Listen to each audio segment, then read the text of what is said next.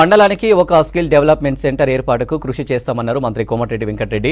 CM Revanth రెడ్డితో మాట్లాడి నిర్ణయం తీసుకుంటామన్నారు.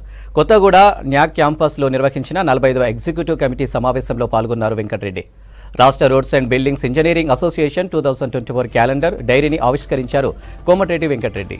న్యాక్లో ఏ విధంగా స్కిల్ డెవలప్మెంట్ సెంటర్స్ని ఇక్కడితో పాటు అన్ని ఓల్డ్ డిస్ట్రిక్ట్ హెడ్ క్వార్టర్లో ఏర్పాటు చేయాలి. ఒక కన్స్ట్రక్షన్ యూనివర్సిటీ కూడా ప్రపోజల్ ఉన్నది.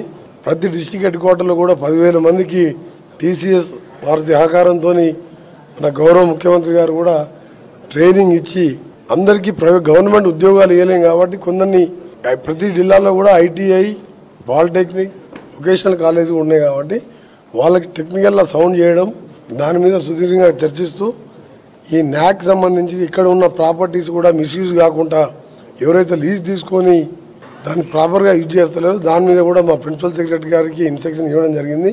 ఎక్కడైతే కన్స్ట్రక్షన్ యూనివర్సిటీ కట్టాలనుకున్నామో దాని మీద కూడా గౌరవ ముఖ్యమంత్రి గారు వచ్చిన తర్వాత మాట్లాడి నిర్ణయం తీసుకుంటాం.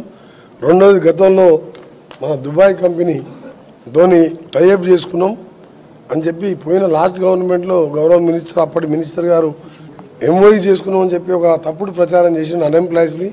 అది దుబాయ్ కంపెనీతో ఎలాంటి ఎంఓఈ కూడా కాలేదు.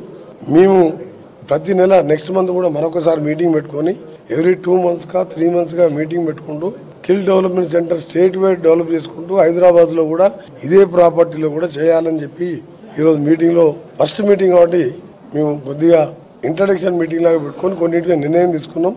అవన్నీ కూడా మీకు ల్యాండ్ గ్రౌండ్ అయిన తర్వాత మీ అన్ని కూడా మేము డీటెయిల్గా చెప్తాం.